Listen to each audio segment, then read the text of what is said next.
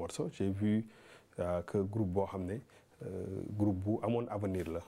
soo bëggee rythme mandeng soo bëggee rythme joola nga ñëw ci njuub rythme séeréer dinañu gumbe dinañu ndaw rabin dinañu sanjaay dinañu ndaat saay donc ce qui veut dire que alors toute la culture sénégalaise ça se retrouve ci di te defe naa 2000 ba léegi yàgg na donc du tey démb la woon donc couleur bi nga xam ne moom la groupe bi am donc il fallait ñu trouver ko donc ak sama benn xarit bu ñuy wax Mac Falaw ñu vraiment liggéey ci seen album yaatal géew bi mu def fi jaloore yu mu fi def defe naa boobu ba léegi quand même loolu tracé na yoonu Pape Cheikh. En dehors de ça nag c'est des gens qui sont généreux man je sais de quoi je parle parce que générosité déjà mun ta weesu partage jëlee sa xol jox ko nit ñi mais je crois que ce partage aussi ne s'arrête pas simplement à leur musique parce que c'est des gens yoo xamante ni qui font beaucoup dans le social même s'ils ne le disent pas et c'est des gens qui sont fidèles et généreux en relation seen relation du ñu ko caaxaane. kon ñu ngi góorgóorlu ñu ëmb lañu nag parce que bu leen neexoon ñu rëy fii def ay affaire artistes yooyu affaire star mais yaakaar naa li tax nit ñi ak ñoom am benn type de relation bu mel noonu dafa nekk relation parce que seen ci ñoom la du ay relation d'intérêt en tout cas man sequma ak ñoom yooyu. loolu mooy fierté si liggéey bi ñuy def donc bon vent. voilà ay proche u Pape Cheikh nangu def témoignage bu ngeen yëgul defe naa lii ñu def ci yéen wax ko duñu ne guleet. waaw xanaa vraiment daf ñu man personnellement ça me trouble un peu. parce que témoignage bu nice la. mais bettuma ci mu jógee ci Bouba wala mu jógee ci ku mel ni Gisé Pen wala mu jógee ci mel ni suñ tonton Babacar. bon ak ñeneen ñëpp. wax dëgg yàlla muy ay témoignages yoo xam ne. li ñu xam la ñu wax aussi ci yéen waaw vraiment li ñu xam ci yéen la ñu kontaan nañ tamit vraiment kontaan nañ trop ci li ñu wax ci ñun. parce que li ñu wax ne saabu du fóot boppam. xëy na am na loo xam ne nit ñoo la ko mën a waxal. mais tamit ku nekk am ngay défaut. xam nga. ñàkkul nag xam naa ne dañoo nëbb yéen nii rek. mais dafa am ñoom li leen Sénégal nawee yar. dafa am yar bu nekk ci Pape nekk ci Cheikh muy lu am solo loo xam ne ni loolu defe naa bokk na ci li tax ñun ñu gën leen a fonk fii ci réew mi. Pape Cheikh li nga wax dëgg la parce que dafay bokk ci carrière artiste ñu xamee ko humilité. dafay tax nit ki aller de l'avant. ndax ñoom ñi nekk nañu fi mun naa ne ruwaawu soirée Ndakaaru Njaay ci jamono boo xamante ne fii feesal fi grand théâtre ba noppi itam bu ma nee waaw soirée Ndakaaru mooy que vraiment ñu téye guddi gi ku génnul Pape Cheikh defe naa ne ñëpp xam nañu li may wax te terewul doo leen dégg ci dara fu ci nekk rek ndax itam artiste du rek talent bi comportement am ak image am dafa am solo te ñoom màttale nañ ko kenn du leen dégg ci dara bokk na ci li nga xamante ne dafay tax carrière artiste di gën a dem bu weesoo li nga xam ne mooy talent bi ñu am ak ni ñu andee li nga xam ne moom moo di acoustique niveau bi mu nekk ba noppi itam ñi ngi wax du ñu def mbalax waaye léeg-léeg nga dégg ci benn léeg-léeg mu saf Alfi Pape ci seen liggéey mooy seen ay titres seen ay thèmes dafay profond ba pare du ñu wëy du n'importe quoi lu ñuy wëy jàngat lay nekk dama bëggoon xam ñoom fan la ñuy jëlee inspiration ndax dañuy xëy rek di xool li nit ñi di dund ñu koy wëy wala loo xamante ne dañ leen koy bindal la ñu koy jox waaw dina ci am loo xam ne nii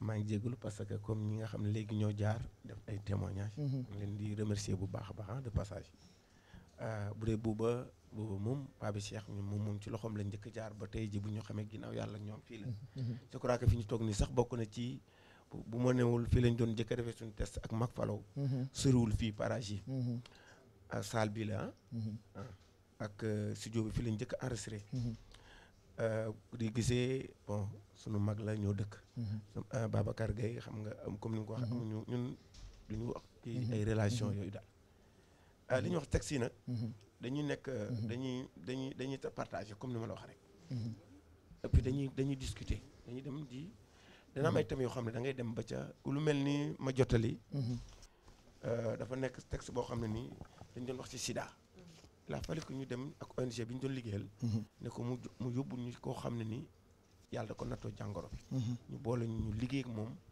waxtaan ak moom ay 2 jours mu wax ñu ci ñu jàngat ci loolu bind ci maanaam moo tax ñu tuddee ko ma jottali ndax dafa mel ni kii day wax ñu koy li mu ñu wax dañ koy jottali. yu mel noonu aussi da nga dina léeg-léeg ñu bind ci benn sujet commencé comme ni ñu ko waxee rek. mu nekk nga am introduction. léegi développement bi xaw la të. wala nga am introduction am sax su ginnaaw. conclusion. nga ne léegi man lan la nga dem jël ko jox ko ku mel ni Kebs nga ne ko waa soxna xalaat ci wala ku mel ni kuy bind rek nga ne ko. ñun daal vraiment tëju nañu. partagé ko wala ñu toog ci comme ni ñu waxtaan si. ay idée génn si ñu basé wu ci loolu. waaw loolu bokk na si aussi ni ñuy bindee ay. très bien léegi di fàttaliwaat mbokk yi ni album Bangok disponible depuis déjà quelques jours Esprit Live lañu 2 la ñu ko tuddee dañuy bàyyiwaat Pape Cheikh delluwaat ci scène bi minuit mooy doog a jot. Youssou Ndour sera avec nous dans quelques minutes tey la ñuy amal clôture vacances citoyennes ca monument de la Renaissance la ñu koy amalee ay artistes yu bëri ñëw bokk ak Super Étoile scène bi y aura le ministre y aura itam ay sportifs ak ay nit yoo xamante ni dañoo ñëw pour jeexal li nga xamee ni moo jëm ci vacances citoyennes depuis 1 mois tey du clôture bi Pape Cheikh la ñuy bàyyi ñu dem ci scène bi et puis ñun ñu dem tuuti xool lii am actuellement ca monument de la Renaissance.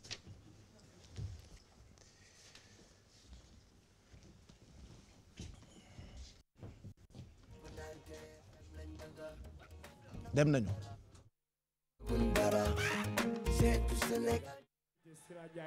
di leen béggee encore une fois di leen wax ni beneen yoon am na lu neex di doy mais bu xal bu jeexee rek dina des ci xol ya puissance. jaajëf merci beaucoup.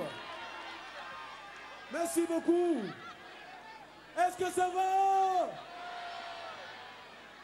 est-ce que kontaan ngeen? Boubs mi ngi ñëw. Boubacar Diallo. Boubacar Diallo. Yes. Sure. Mon ami, mon frère. Yes. L'original in the house. L'original in the house. L'original in the house. Kër gi la maison. Kër gi la maison. Jaraaf Youssou Ndoye. Salaamaaleykum. Boubs. Salaamaaleykum. Boubs. Salaamaaleykum. Maaleykum salaam. Yes. Boubs. Wakaam est-ce que mi ngi kuuye? Boubs. Wakaam est-ce que mi ngi neex ya? Boubs. Medina moo gën a neex wala Wakaam moo gën a neex? Wakaam moo gën a neex. Wakaam moo gën a neex yéen? Wakaam moo gën a neex. Jaraaf Youssou Ndoye maa ngi lay nuyu te di la ziar. koo ñëwee ci dëkk bi da ngay nuyu borom dëkk ba jox borom dëkk ba cër. borom dëkk ba maa ngi lay nuyu. di la sagal di la sargal di la tatagal. di la jox cër bu màgg bi nga moom. maa ngi lay siyaare gu wér. jaajëf waay. tàccu leen ma sama jaraaf bi bu baax a baax a baax waay. tàccu leen jaraaf yi. Alors, c'est la tournée des vacances citoyennes. Nous avons eu le temps justement de faire l'ensemble des régions du Sénégal, d'aller jusqu'à Linguère, d'aller de l'autre côté à Saint-Louis du Sénégal, d'aller à Mbour. Mais attention, waa Mbour dañ ko toj, waa Casamance toj ko, mais est-ce que waa Wakam dinañ ko toj? Loolu mooy wax bi. Kaay ma wax la. Youssou Ndour bu ñëwee xam nga fu ngeen di génn ak moom. Xam nga day bu ñëw bëgg a way wayam. Da ngeen koy wayal wayam ba mu daw. Da ngeen koy wayal wayam ba mu jaar nii dem ñibbi. ñu xam ni fii mooy. Wakam. ñu xam ni fii mooy. Wakam. ana ñiy bomb. ana ñiy xew ci Sénégal. Wakam. ana jeunes yi nga xam ni ñoo dëgër réew. Wakam. ana xale yi jigéen yi rafet yi fu ñu dëkk. Wakam. affaire bi fii la yow. Affaire bi Wakam. Attention. Alors, yes. Affaire Comme bi invité Wakam. de marque ce soir. Akhlou Brick Paradise toj nañ fii ah. tàcc leen Akhlou Brick Paradise ma xool. Turando dafa am benn xale bu ñu annoncé léegi dafa réer vacancier la quoi waa Tamba nee nañ léegi xale bi naka Demba la tudd xaw ma. wuy ma waaw. xanaa loolu nag doo ko wax waa télé bi di la seetaan. waaw waaw doy na waar de. doy na waar de bu ko wax waa télé bi di la seetaan. non doy na waar de. waaye tàcc leen waaw tàcc leen sa waay. Alors tout de suite il est jeune jamono yi fu mu tëgg dafay fees mais gisuma woon waa balcon poursuite wan ma waa balcon yow. wan ma waa balcon VIP yow. mais poursuite lii yàlla yow. ñu ngi nalee. poursuite wan ma foofu. mais yéen ndekete lii yëpp xew na fi. ak fii war ma waa boor bi yow ma xool yow. non. poursuite war ma fee ci kaw ma xool yow. laay lay la laa.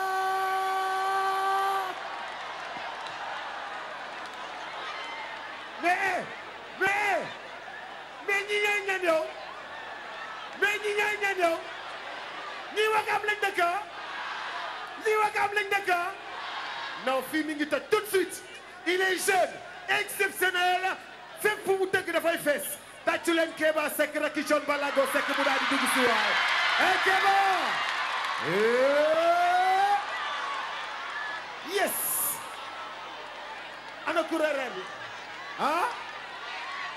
man maa leen gën a bëgg barki yàlla maa leen gën a bëgg. si vous nous rejoignez ba léegi ñu ngi àndandoo ak yéen en direct loolu ngeen doon gis mooy ambiance bi nga xamante ni moo am monument de la renaissance tey mooy clôture vacances citoyennes un mois durant Youssou Ndour ak Super Étoile àndoon ak ñi nga xam ne ñoo ko organisé rawatina ministre de la jeunesse Mame Mbaye Niang que nous remercions que nous félicitons c'est vrai que fan yii yëpp ñu ngi waxtaanee yi gën a am solo ci vacances citoyennes yi muy financement yeeg rencontre yeeg colloque yi waaye nag tey ci clôture bi kilifa yëpp dañoo joxante rendez-vous foofee di monument de la renaissance mais xale yi tamit ñëpp a nga fa ñun xam naa bu ñu noppee dañu fay dem parce que tey di ngeen ko mën a dund en direct ak supplément bu quartier général d'ailleurs dañuy nekk à cheval entre monument de la renaissance ak fii ci Almadies parce que Youssou Ndour balaa muy dem dina ñëw ci plateau bi léegi nii ñu waxtaan tuuti ci taxawaayam ak participation wam ci vacances citoyennes et puis yeneen artistes yi nga xamante ni ñoom ñooy jouer ci spectacle bu mag bi à tour de rôle ñii fii la ñuy njëkkee doog a dem fële ñee bu ñu tëggee ba noppi ñëw fekk suñu fii comme ça ñu waxtaan ak yéen comme quoi on passera la nuit avec vous Kebs ak Eva ñu ngi may xool sax xooluk dañoo war a dem waaye xam naa ni ay mag ngeen sax waaye garaawul mais naa leen libérer après bu ko defee ñu jox leen supplément bu quartier général en attendant on va laisser le soin à Pape ak Cheikh ñu jox ñu morceau bu mujj bi en attendant ñuy àggale ñun tam li ci des ci quartier général et puis Eva Tra mu ngi doon laaj lu am solo ñoom ñaar nga ni lu ñu bokk. waaw kumpa daf ma jàpp ndax bu ma nee na waxtu bi daf nañu ma ne waa ñaar ñi toog li ñu bokk. fu ñu xamante bay ànd bu ñu woyee ba pare tontu la waaw Pape Cheikh encore ambiance esprit live 2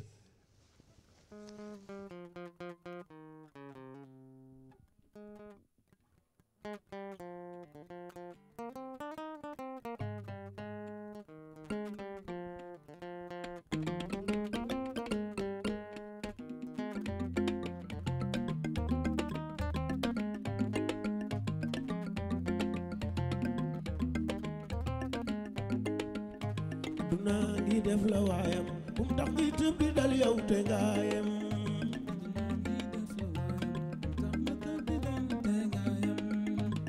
naa ngi def la waayam bum tax ngi tëb di dal te ngaayam yow aduna ngi def la waayam bum tax nga tëb di dal te ngaayam aduna la dem xarit balay xoy meem ngir mu gëlëm aduna ngi def la waayam bum tax nga tëb di dal te ngaayam mbokk matul xarit warkat bi ku weddi lii laaj waayam aduna ngi def la waayam bum tax nga tëb di dal te ngaayam moom sax bu lay gunge day dox ba mu yàgg mu naa la fii laa yem aduna ngi def la waayam bum tax nga tëb di dal yow te ngaayam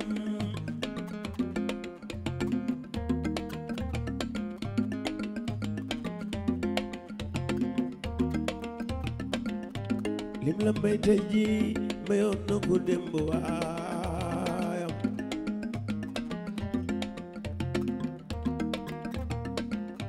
te bu yor xaritam ba du ko bàyyee lu dul càngaayam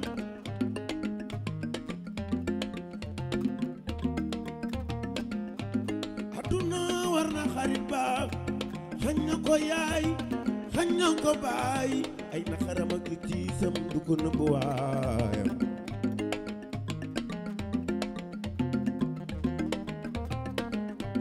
aduna ak li ci biiram jaruta ñaawoo bilaay moom ku muy gunge léegi mu ne la man fii laayam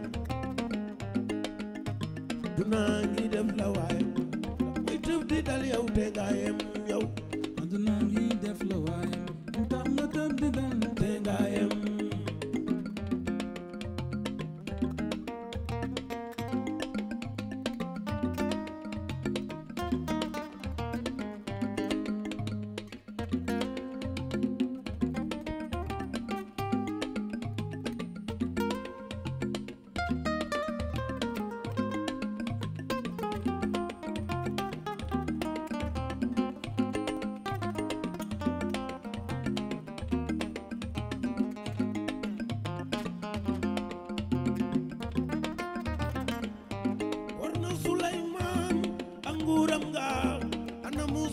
Ibrahima ak yaatam waa labloona Firawuna ak gaayam yaa ana buur yeeg dag yeeg jaraaf fi nekkoon daan na yeneeni mbër waay man fii laa yem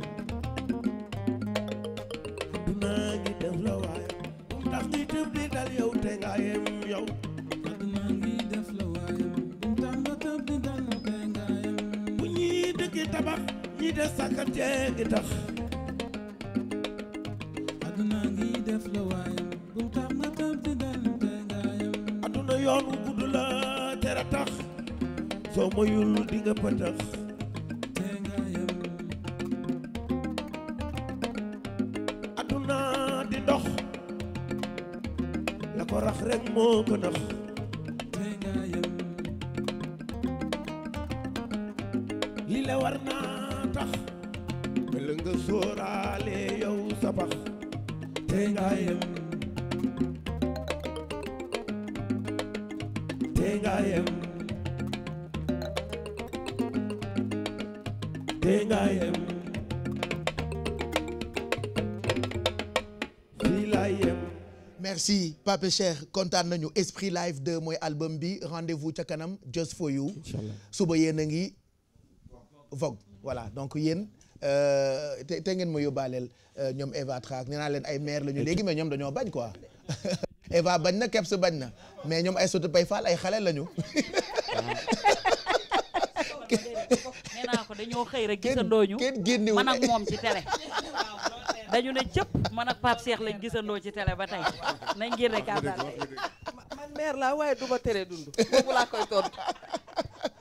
merci Pape merci Cheikh kontaan nañu à bientôt et puis dinañ ñëw fekk leen fi nga xam ne nii mooy Just for You gërëm tamit Khadim Dia Khadim ñu ngi lay gërëm bu baax ak équipe bu vous et nous dañu bokk baay bokk sëñ Fallou donc ñu ngi koy gërëm bu baax Khadim bu Alaaji Mbay Dia di ñu waajur moom bu ñu gëstoo ci histoire xamal nañu ni ay lettres yu Sëriñ Fallou sax sama waajur boobu moo ko daan bindal bu lettre daan dem ci président Senghor di jóge ci sëñ Fallou bàyyi Xaadim mi moo ko daan bind fonk lool Pape Cheikh ànd bi yàgg defe naa Zik FM la woon ba tey de ça fait très longtemps n'est-ce pas avec notre ami Bougane Gueye Dany donc ñu ngi leen di gërëm di leen encourager on viendra de toute façon ci kanam bu ñu paree ci li nga xam ne ni moo jëm ci la ngeen di def Just for You mais balaa ñuy dem foofu defe naa monument de la Renaissance la ñuy njëkkee bu ñu demee monument de la Renaissance dañu fay fekk Youssou Ndour ak Super Étoile tey la ñuy jeexal lii di vacances citoyennes. Juste après cette page de pub, nous recevons The King.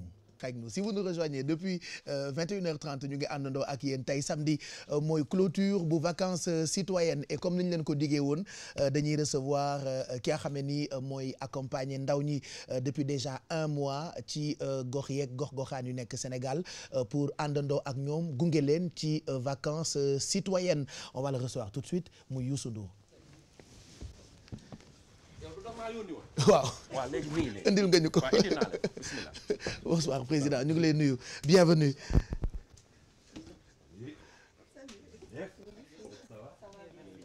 Alfi je pense que c'est la première fois yow nga gis Youssou Ndour Pape waaw man nag yàlla def na ne maa ngi yeeweeku da ngeen maa yónni woon waaw jërëjëf mais li ñuy wax ak président dañu bëgg nga fekkee ko damaa bëgg a dem mais dañu bëgg nga fekkee ko moom mënunoo bokk toogaay bi pourquoi daf may day ree te li mu bëgg a wuy ci vacances citoyennes nag d'accord li mu bëgg a wuy ci vacances citoyennes ci lay yem te daf ci bëgg a sérieux te loolu bu ma toogee dama koy cokkaas muy ree voilà merci beaucoup Sanex Youssou ñu ngi lay gërëm ci sa teewaay je sais que vacances citoyennes tey la ñuy amal clôture bi fii ci monument de la Renaissance donc à 2 pas au monument bi tey d'ailleurs quartier général li ci des dina am supplément parce que dañuy nekk à cheval entre foofu ak fii mais ban bilan ngay def ci vacances citoyennes yi. jërëjëf Pape maa ngi leen di nuyu.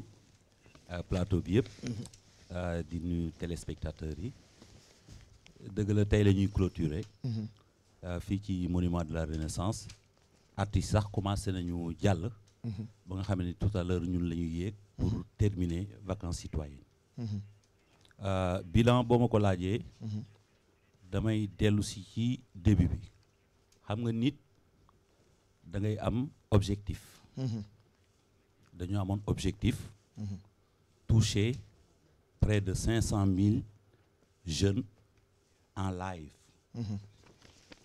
kooku atteindre nañ ko. beneen bi mooy àndandoo ak presque 90 artistes yu participer. atteindre nañ ko. beneen bi nga xamee ni que moo ci ëpp solo. ndax boo nee vacances citoyennes da ngay foog ne rek concert ba la. mooy maanaam li waral emploi. li tax ñu jóg. pour trouver ay solutions. yooyu ministre de la jeunesse et de l'emploi. et de la construction citoyenne. def na liggéey dugg na goxaan. wax ak ndaw yi xool problème yi ci loolu mu amoon 3 milliards yoo xamee ni que loolu moo ko taxoon jóg. 3 milliards yi ñuy dégg du moom mooy organiser vacances citoyennes. 3 milliards yi pour emploi la. pour maanaam surtout ñi nga xamee ni que pour ñu defar dossier dafay diis. jafe-jafe yi.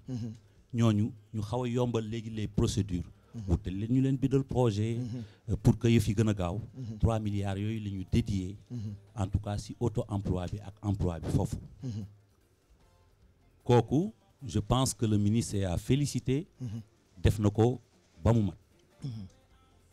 et en plus avec les médias touché nañu des millions de personnes. ba nga xamee ni que c'était une forme de communication. boo xamee ni atteindre nañ ko. donc du ma mun lu dul remercier ñëpp ñi nga xam ne dañ ci taxawoon. pour que ñu réussir sunu pari boobu. du soon sax pari objectif la woon. bu ñu bëggoon atteindre. atteindre nañ ko alhamdulilah. objectif atteint mais c'est pas la première fois balaa ñuy wax ci voyage bi nga xam ne ni def nga ko daanaka tour du Sénégal ngeen def mais lii nga defal ministère de la jeunesse lii nga defal ndaw ñi depuis déjà 2 ou 3 ans ak vacances citoyennes yi du guleet mosoon nga ko def ak ministère de l'éducation tey boo demee ca ministère ba am na foo xamee ni boo fa duggee di nga fa lire remerciement wu Youssou Ndour ci service bi mu rendre nation bi ci wàllu njàng mi ak njàngale mi nga tollantiwaat ko ak ministère de la jeunesse. lu tax à chaque fois ngay dox ci teg dara pour sa réew. waaw d'abord je pense que li gën a am importance mooy comprendre lu tax ma jóg. affaire patriotisme moo tax ma jóg. te ba ma ko defee yaa ngi koy fàttali. yàgg na. l'école nouvelle tout le monde se souvient.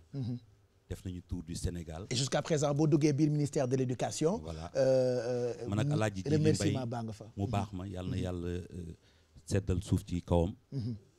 ñun lañ fa def. mu bokk ci mandarga yi ma gën a neex sax. donc je pense que ne loolu boo koy def dafa am mooy delloo njukkal. mooy delloo. loolu moo tax ñu jóg di def vacances citoyennes man dama nekk vacances. d'ailleurs j'en profite pour remercier les Sénégalais yi nga xam ni que dama dem ci gox ak gox. gis leen les jeunes maa ngi leen di nuyu. teeral bi teeru bi participation bi. vraiment amuma seen pay. mais man dama nekk vacances. voilà dama nekk vacances comme dama nekk vacances ma jël sama tuuti temps. joxe ko voilà. c'est aussi simple que ça. c'est clair li ma bëggoon xam aussi def nga tour du Sénégal ci dëkk yi nga dem yëpp ban impression nga ci am. impression bi moom mooy bu nit ñi foog ni rek dañu bokk ci état rek la ñuy waxal mu jëm.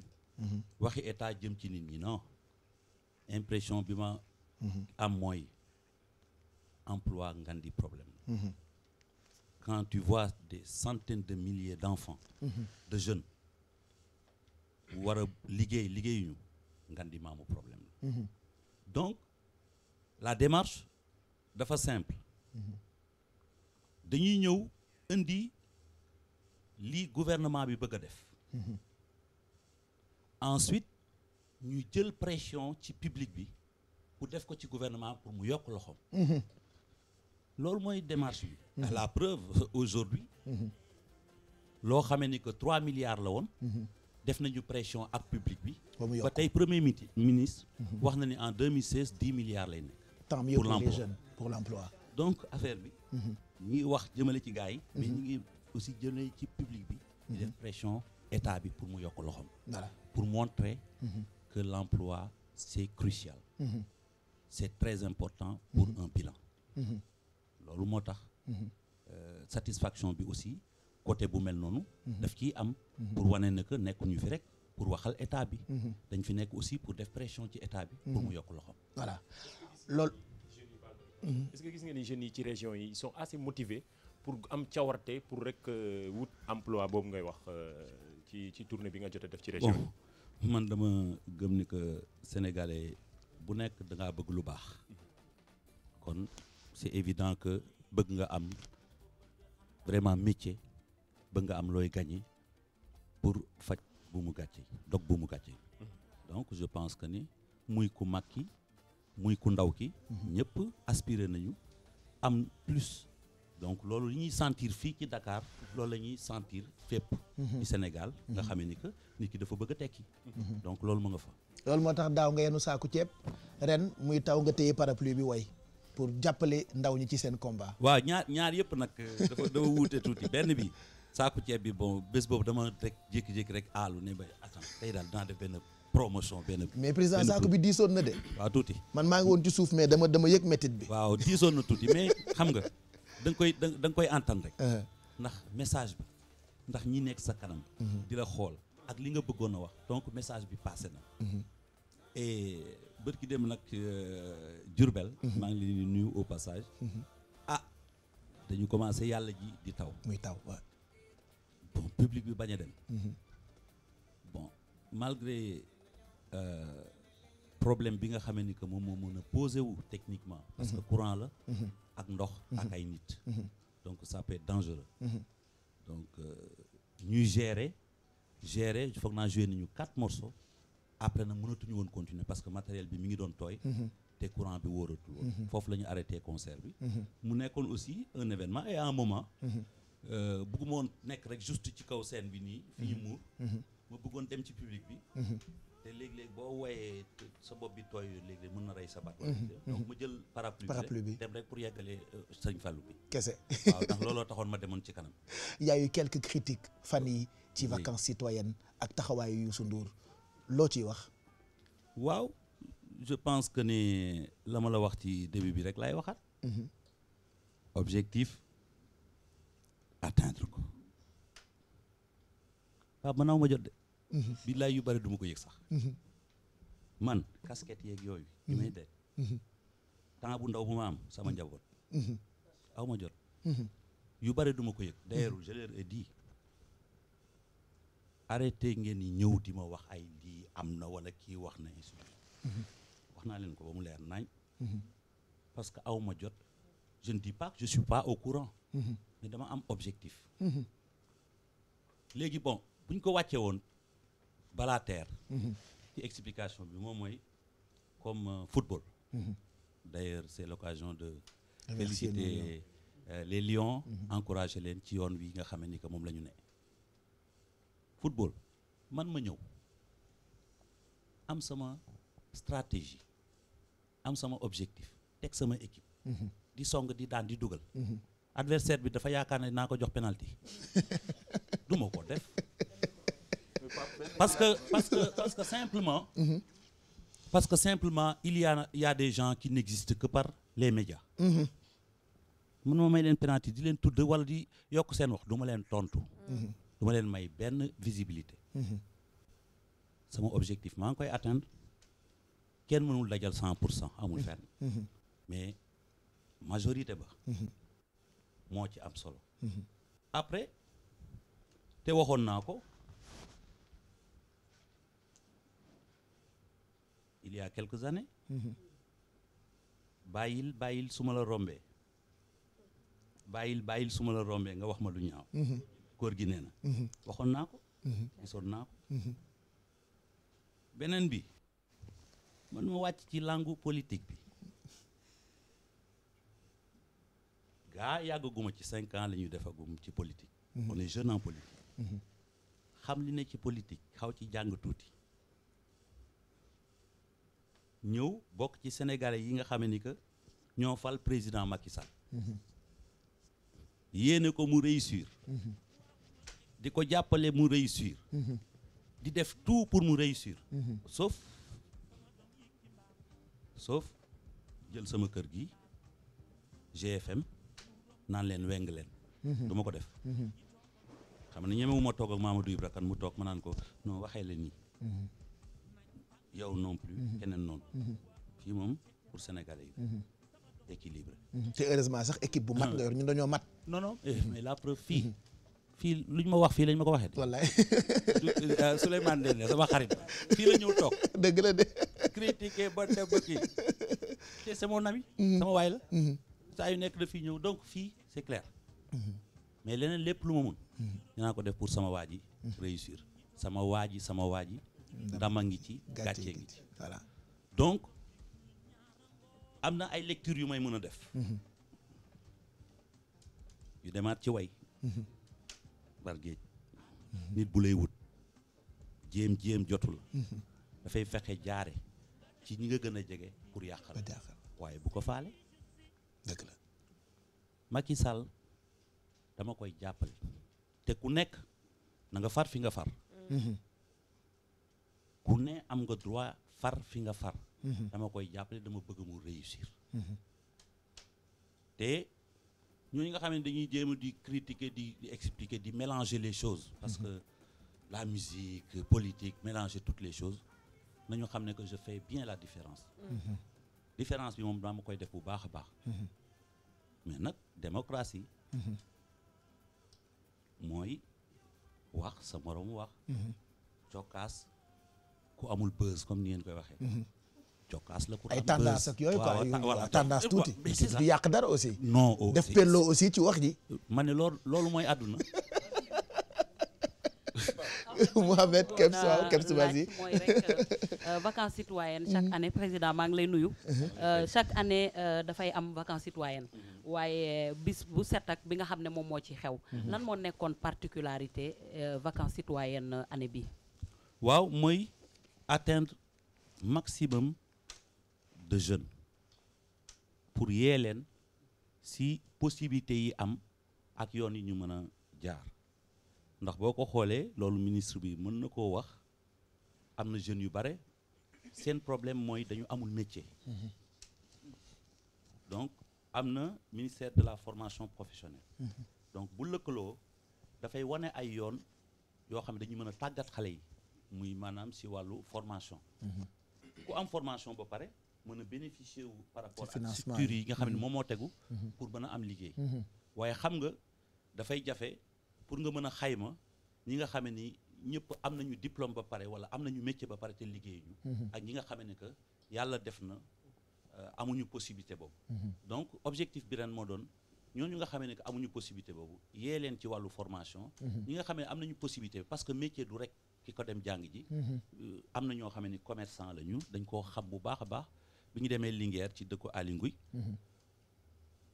kenn koo xam ne que maa ngi taxaw jox nañ ko 7 millions de kii nu mu tëtti pour financer ko ma ne ko yow lan ngay def mu ne ma man boutique laa yor ma ne ko baax na mais bi mu ko doon wax mi ngi doon ragal ma ko wax quoi ma ne ko baax na trop donc pour dire que ni loolu moo doon suñu objectif fexe ba yee ñooñu nga xam ne que gis yoon yi ñi nga xam ne que dañu am kii wan leen les opportunités te état du mooy créer emploi encore une fois na leer état dafa war a créer les conditions yu permettre le secteur privé ak secteur yi nga xam ne que ñoom ñooy secteur émergent yooyu secteur mën a employer ay nit état day faire créer des emplois donc banqaas yi nga xam ne nag ci la nit ñi mën a wéeru pour mën a am emploi état moo koy créer donc objectif bi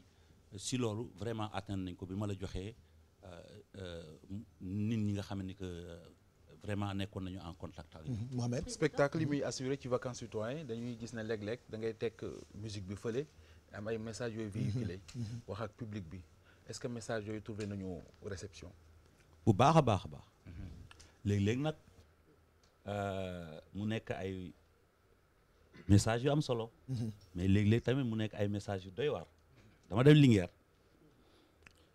ñëw defar répertoire bi defar message yi ma war a jàlle ba pare ñëw am benn waay bu ma doon recevoir quoi mu fekk ma yore affaire di xool naan bon voilà on va faire telle chose mu ne ma waaw lii yëpp baax na mais boo yéegee fële tëggal ma salañ non c'est juste pour dire que il y a énormément de choses qui m'ont fait plaisir yoo xam ne que si biir vacances citoyennes bi dafa am solo mais les messages yi nga xam ne dañ ko doon jàllale ni ma ko waxee keroog mooy dem nañu fépp avec notre expérience yi mais du bare ngay gis concert yoo xam ne que dañ fay wax wàllu maanaam politique de quelque chose jeunes yi di ko déglu bay tàccu donc loolu am na donc ñi ciy sant yàlla bu baax waaw président ñu ngi lay dalal di la nuyu man li ma bëggoon laaj mooy ne comme ni nga ko waxee man de yar gi ngeen nekkee ci émission bi jaaxal na ma torop waa ñi ci ginnaaw waxuñu waa wàllu wële man yéente moom nee na leen dafa nekk ci vacances man daal jaaxal ngeen ma melul leen nii de mel leen ni ngeen meloon rek Pape Doudou mel leen ni ngeen meloon rek Pape vacances citoyennes mais ñoom citoyen ñu ngi toog rek nii di yar bu ma jaaxal vas-y damay tooñ mel leen ni ngeen meloon rek. waaw président comme ni nga ko waxee ne nga ci wàllum concert yeeg yooyu. xëy na mënoo joxe message ndaw yi. ba ñu dégg ko noonu. léegi dama bëggoon xam tey ci clôture bi ban message fort ngay jox ndawu Sénégal yi ngir ñu gën a gëm seen bopp naam ñenn ñi amuñu formation naam ñenn ñi am nañu formation. te amuñu liggéey ñu gëm seen bopp xam ne si lu ñu mënti yëngu mën nañ si génn. waaw Aïssatou dama bëggoon juste pour si point boobu wax encore une fois. que vacances citoyennes ce n'est pas seulement le concert pàcc bu ci ndaw la pàcc bu ndaw la lii xew ci vacances citoyennes mooy activités yi nga xam ne ministre bi mi ngi koy def chaque jour agence yi di ko def direction yi di ko def et bu ñu wéeroo ci loolu vraiment musique bi partie bu ci ndaw la complémentarité c'est rendre la chose beaucoup plus populaire et pour man objectif yi nga xam ne que amoon nañ ko par rapport ak dugg ci biir programme bi mooy fexe ba ñii ñëw di seetaan conseil ba foog ne que vacances citoyennes juste concert la ñu wax leen en lançant des messages comme ça wax leen ne que non le lendemain matin mën ngeen yeewul 9h ngeen dem toppatoo ji affaire u agence bi voilà Prodac wala et cetera et cetera casquette yi ñuy faral di sol ban signification la yor la am casquette vert jaune rouge mais ils sont en vacances Mohamed mais on est ministre bi moom nekkul vacances déet mais man moom je suis en vacances pour la musique je suis en vacances donc moi je pense que casquette bi c'est Sénégal rek kese rek xam nga du sol laa fa wooy voilà ndax dafa tàgg casquette rek la mën a sol mon message il a pas donné voilà fi ma bëggoon rek moom mooy gis nañu tour du Sénégal bi nga def état bi nga dem bëri na wax nga ko du concert kese dafa am message boo leen doon véhiculer man li ma bëggoon xam rek mooy fan ak fan moo la gën a marqué c'est sûr que état bi yëpp ce sont des étapes très importantes mais fan moo la ci gën a marqué. xam nga bon je pense que ni vacances citoyennes bu ñuy def aussi bilan bi bu ñu fàtte fii ñu jaaroon daaw complet tey ba am na ay dëkk yoo xam ne jaar nañ fa 2 fois mais am na yoo xam ne que benn yoon lañ fa jaar ci diiru ñaari at yi en tout cas par rapport à concert bi cela ne regarde pas le programme du ministre comme ni ma koy expliquer par rapport ak activité yi mais je pense que concours bi metti na trop vraiment su ma yeboon ne gàcce ngalaama jeune Sénégal gàcce ngalaama partout il y a eu une forte mobilisation partout il y a eu une grande écoute de la jeunesse maintenant nag ñun ñoo ci des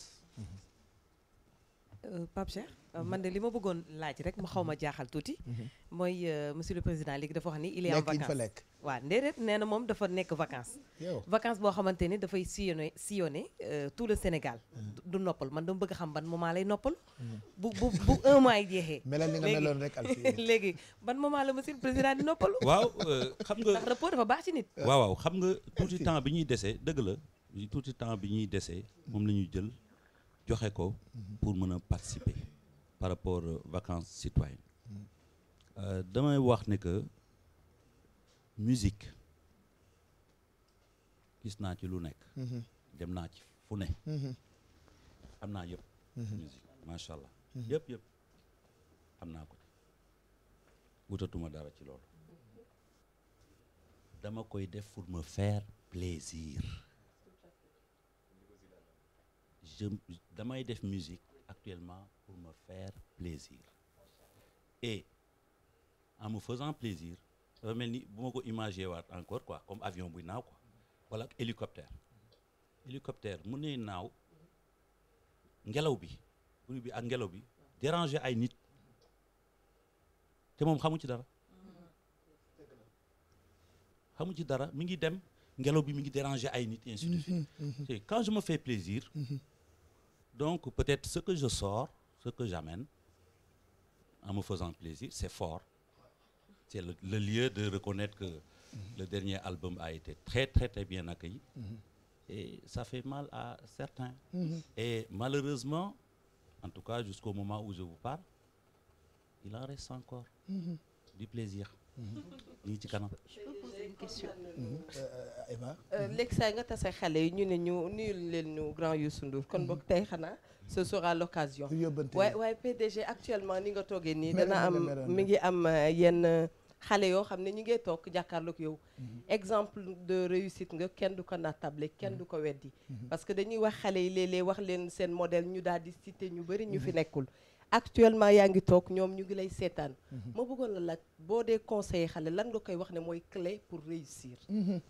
d'abord ñu am ay références ci biir vacances citoyennes sax boo seetloo am na benn moment ma passé benn film de 1922 depuis Batletski Mbarick Fall à Sadio Mané barki démb ci bu jógee Sédhiou yegg Liverpool en passant par Sénégal 92 Diaba Ami Mbacké Thiam etc.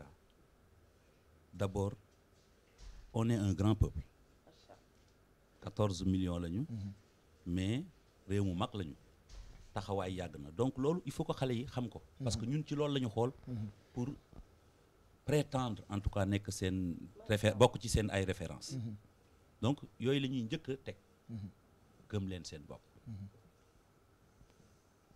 Medina ngay jógee nga ne monde bi keroog dama dajeek d'ailleurs si biir vacances citoyennes ma dajeek booy rappeurs yi nga xam ne que xamoon naa leen nii rek mais xamuma leen woon bu baax muy Akhlou Brick wala Ngaaka Blindé et cetera ñoom Da Brents et cetera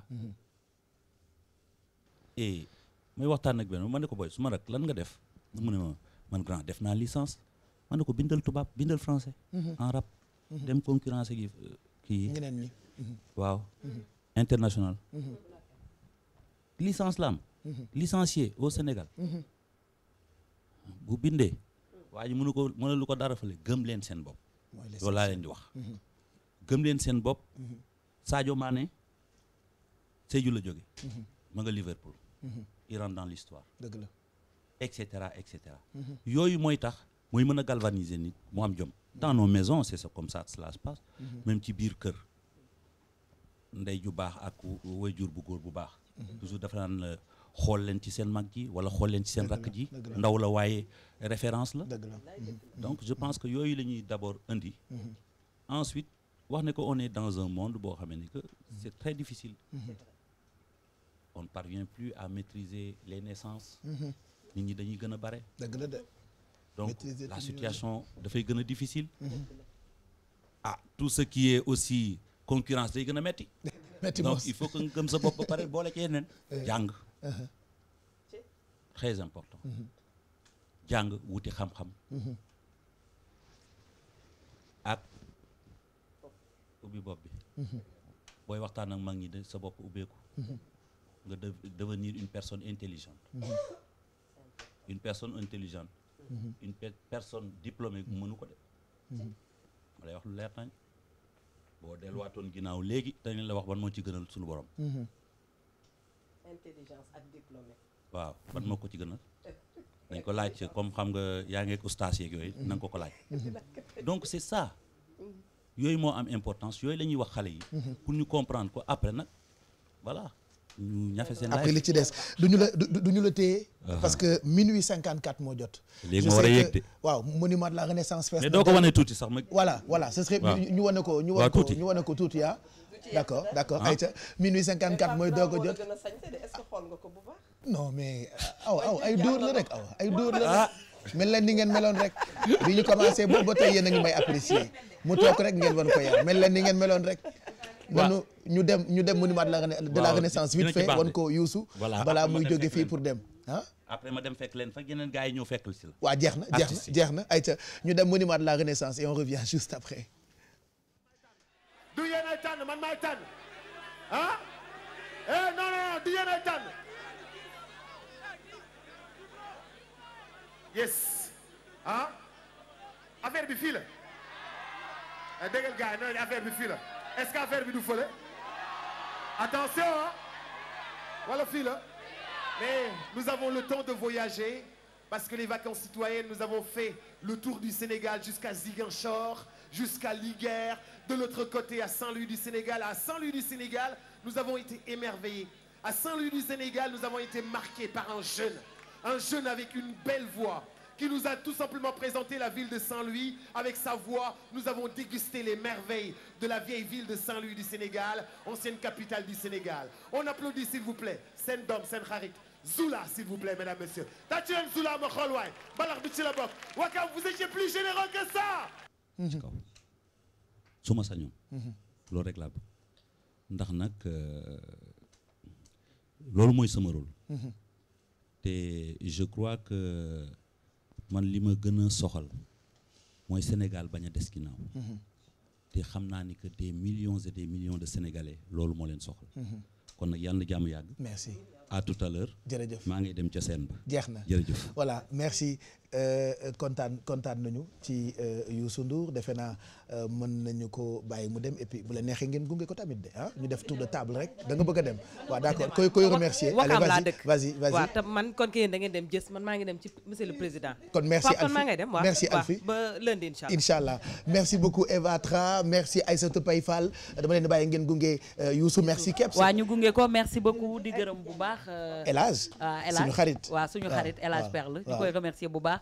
ak Ouli sama benn xarit bu nekk Amérique xale bu ndaw la maa ngi koy nuyu ak yaayam Ndeye Fatou Fall. voilà allez aywa ñu dem ci concert Mamadou Mohamed Ndiaye merci kontaan nañu sa micro baa ngi wadd merci Aïssatou Paye Fall on a eu les bons plans mais xam naa peut-être samedi prochain kontaan naa jërë ngeen jëf ci set bi kontaan naa ci yéen merci Mamadou Ndiaye yow à lundi matin 7h yeewu leen merci Fatou Dieng merci kontaan naa ci yow nuyul ma xale yi nuyul ma ñëpp kontaan naa Alfi yóbbaaleel plate yi parce que dibi bi jeex na merci vraiment kontaan naa Kebs ci am nuyul ma njóogu bu la woowee merci allez je reste seul ci plateau bi merci beaucoup je reste seul chez moi mais finalement je me sens bien gis ngeen ni maa ngi ci jàmm feex naa wala dafa am la fàtte kaay ma jëlal la seen sac voilà vous pouvez tout prendre après je passe la nuit ak téléspectateurs yi ñu ngi leen di ñaanal guddi gu neex ci télévision Futur Média dans quelques minutes ñu demal leen monument de la Renaissance ngeen mën a dund clôture bu vacances citoyennes Mamadou Mohamed Ndiaye fexeel ba ñibbi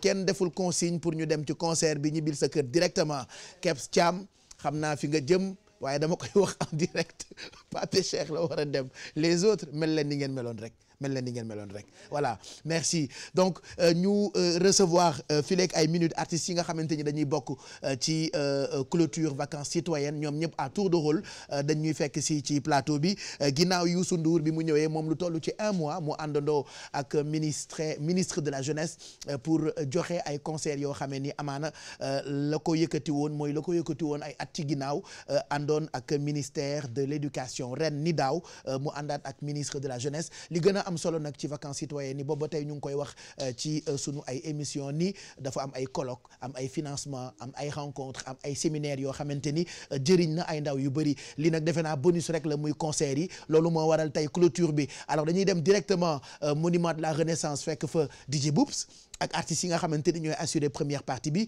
et puis dans quelques instants artistes yi nga xamante ni ñooy nekk ci scène bi dañ may ñëw fekk si ci sama quartier général.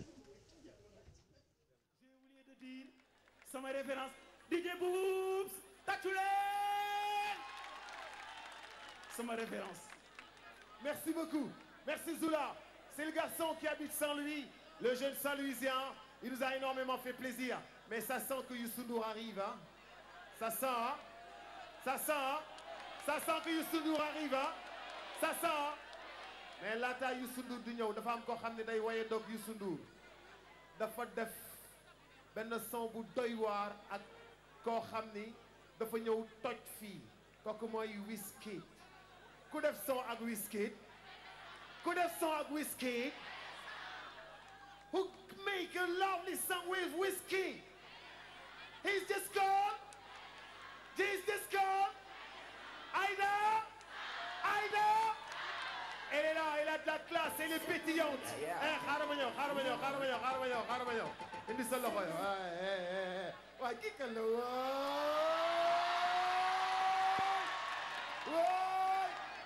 Xoolal. Oui ma. Fais la toll dégg booy naan waay. Mais booy. Oui ma. Mais booy yu góor yi daf leen ndànk waay booy yéen tamit nag booy. Ah. La wax booy, la wax booy. Eh booy. Eh bu fi buuxante booy. Eh booy la dem nii. Ah. Eh booy la wax yow. Xam nga xam. Yow tam da nga xam. Woo leen ma sapeur pompier. Nee leen Aïda Samb waay. Merci beaucoup jaajëf Acheka. ku ci caravane ministère de la jeunesse bi. donc ministre bi depuis Tamba maa ngi koy suivre ànd ak moom Ziguinchor. ba tey Dakar. Grand Bamba ne ma non tey dañ la yóbbu tey sa quartier préféré. ma ne ko fan mooy sama quartier mu ne ma quartier général. ma ne ko donc c'est un plaisir. voilà nga ñëw ci quartier général bi en tout cas on est très content je sais que Kédougou dafa bëri ay ndaw yu am jom te nangoo liggéey et je reste convaincu que bu ñu jógee ci vacances citoyennes yi objectif bi dinañ ko atteindre parce que région bu ñu ci mënti dem rek xale yi li ñu bëgg rek mooy ku leen jox coup de pouce ñu mën a avancer ci seen liggéey damay jege ñeneen ñi. voilà pour mën a wax ak ñoom tuuti non Khadija je vais parler avec vous bienvenue maa ngi lay gërëm da nga toog ak sama xarit Kéba moom itam tey mu ngi ci clôture vacances citoyennes mais d'abord taxawaayu ministère de la jeunesse surtout ak vacances citoyennes c'est vrai que booba tey ñun ñu ngi jéem di expliquer ni vacances citoyennes c'est pas que les concerts yi bonus rek la mais dafa bëri ay activités yoo xamante ni ça a permis à beaucoup de jeunes yu nekk ci quartier yi ñu mën a xam njëriñu vacances citoyennes Aprodac et j'en passe.